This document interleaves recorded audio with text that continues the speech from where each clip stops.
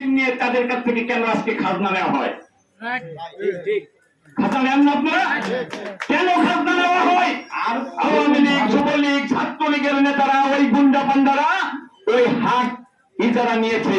ওনারা ওইখান থেকে পেঁয়াজ দিয়ে, নিউ মার্কেট দিয়ে, ময়লাপট্টি দিয়ে সুপার মার্কেট পর্যন্ত ওনারা চাঁদাবাজি করেছে। এটা খাজনা বলবো না, চাঁদাবাজি।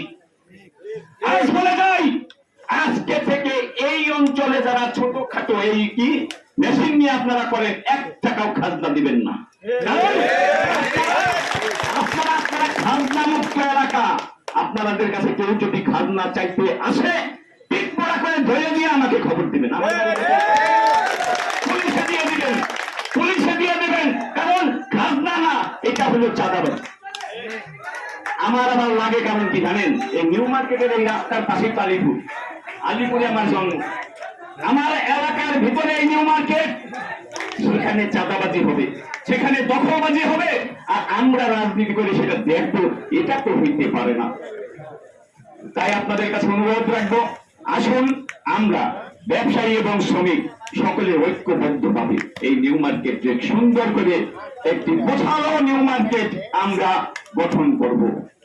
এবং নিউ মার্কেট সংস্কারের যদি প্রয়োজন হয়, সেটাও মালিক এবং শ্রমিকদের সাথে আলোচনা সাপেক্ষে জেলা প্রশাসনের কার্যালয়ের মাধ্যমে স্বচ্ছ পরিস্থিতির মাধ্যমে স্বচ্ছতা থাকবে।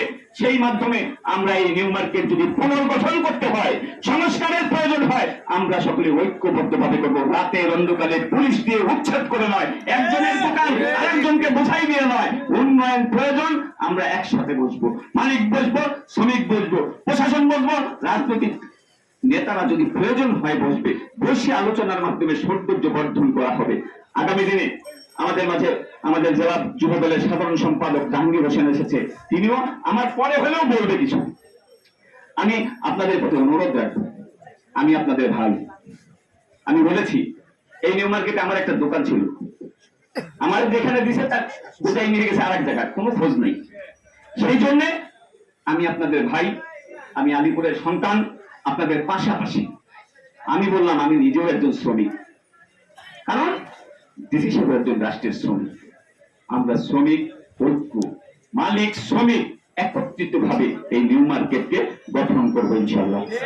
আশেপাশে কেউ যদি কোনো হুমকি ধামকি চাঁদাবাজির কোনো আলামত আপনারা পান, আমাদেরকে অবগত করবেন। আমরা আপনাদের সার্বক্ষণিক পাশে থাকবো। আজান দিয়ে দেবে। সকলকে ধন্যবাদ জানাই। এবং এই শ্রমিক, এই দর্জি শ্রমিক যারা আজকের এই সভা আয়োজন করেছে, তাদের প্রতি কৃতজ্ঞতা ছাড়া আর আমার কিছু করার নাই।